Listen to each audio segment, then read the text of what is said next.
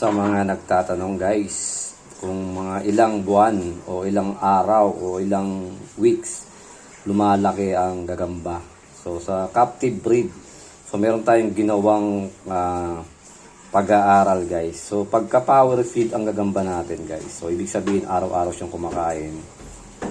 So ito ay pure natin na palabas, pure 0B natin. So ito ay 8.5, nung August 5 ano siya, tangkal. Ayan, tangkal siya nung August 5. So pinower feed natin hanggang sa maging ganito yung size niya. So na-harvest natin siya ng 828. So yung last molt niya ito lang. So ganyan siya yung lumaki na guys. So ang size nito is parang good size to. Good size to OS. Yan.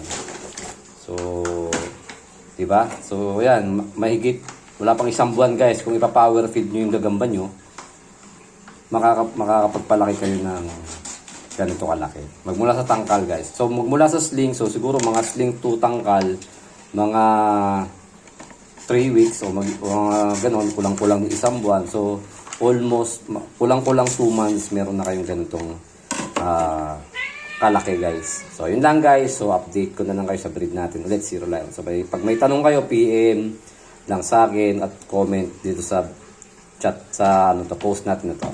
So yun lang guys.